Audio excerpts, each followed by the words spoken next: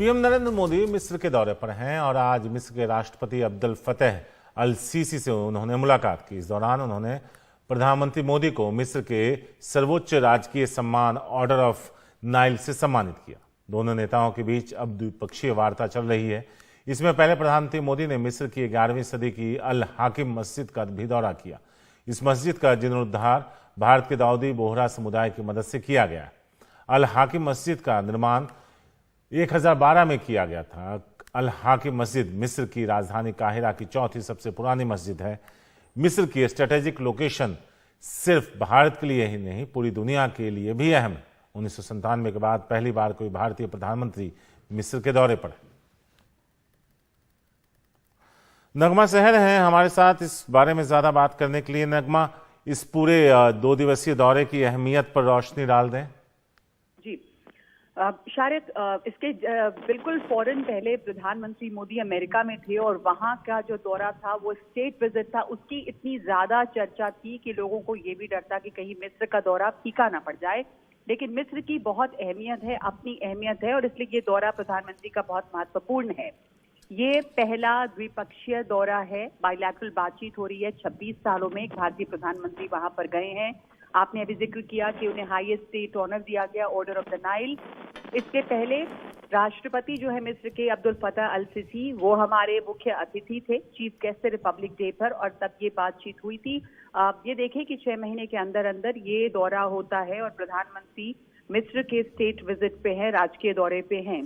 तो ये दिखाता है कि भारत के लिए मिस्र की जो अहमियत है वो कितनी है।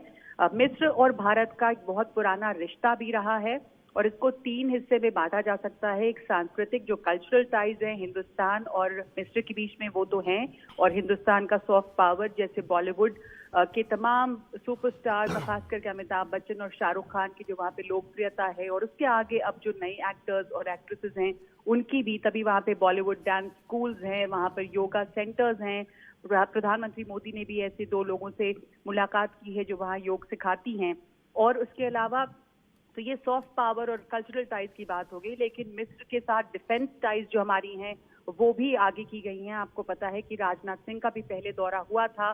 जो इकोनॉमिक रिश्ता है दोनों के बीच में, उसको बढ़ाने की बात है। चीन और मिस्र का अगर ट्रेड देखें तो भारत से दोगुना है, भारत का सिर्फ लगभग 7% ट्रेड है, इसको बढ़ाने की बात हो रही है। और इसके पहले जो हमारे ऐतिहासिक रिश्ते हैं, ये याद करना बहुत जरूरी है कि भारत और मिस्र जो है वो फाउंडिंग मेंबर था, वो देश जिन्होंने नॉन अलाइन मूवमेंट की शुरुआत की थी, जिसमें 120 डेवलपिंग कंट्रीज थे।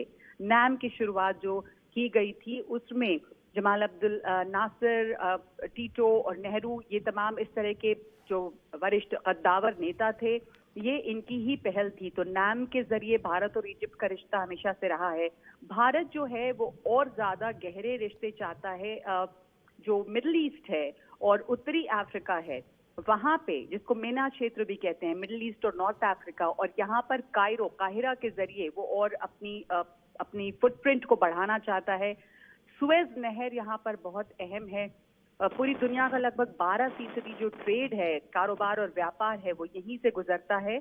इसकी अपनी एक सामरिक अहमियत है, जियो स्ट्रेटेजिक बहुत अहमियत है। इसके ऊपर MOU होने हैं। भारत कि यहाँ पर एक खास अहमियत है, उसके लिए कोशिश हो रहा है।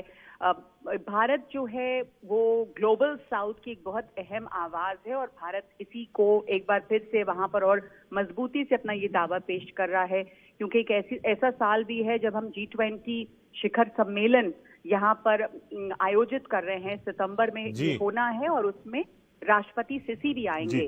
तो इस लिहाज से ये दोनों रिश्ते, कई आयाम हैं इसके और बहुत इसकी अहमियत है। शुक्रिया नगमा इस पूरे अपडेट के लिए आपका।